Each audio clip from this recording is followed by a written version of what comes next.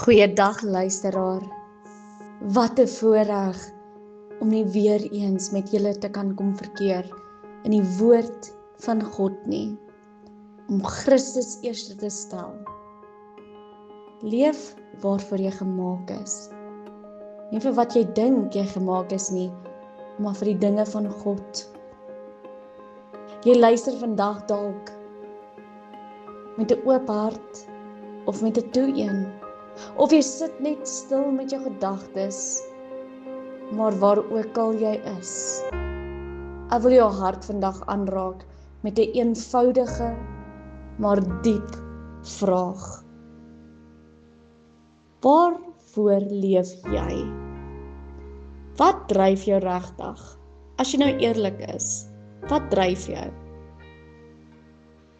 In Kolossense 3 vers 1 lees ons: soek die dinge daarbo waar Christus is. Dit is nie net 'n mooi slagspreuk nie, dit is 'n roeping, 'n roepstem van God self. Soek my, my kind, kies my, sit my eerste.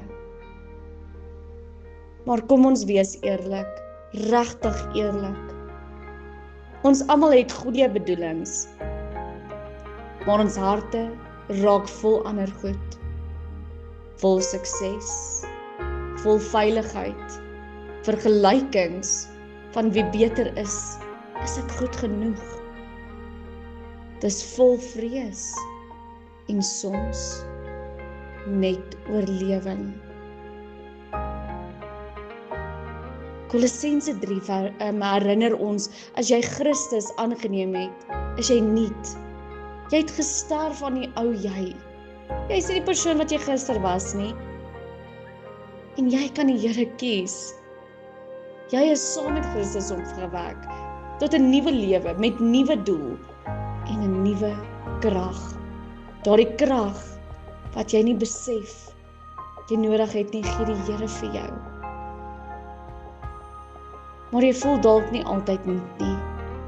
Miskien sê jy vandag: ek wil regtig God eerste stel, maar ek voel nie goed genoeg nie. Ek sukkel met skuld, ek sukkel met gewoontes, ek sukkel met twyfel.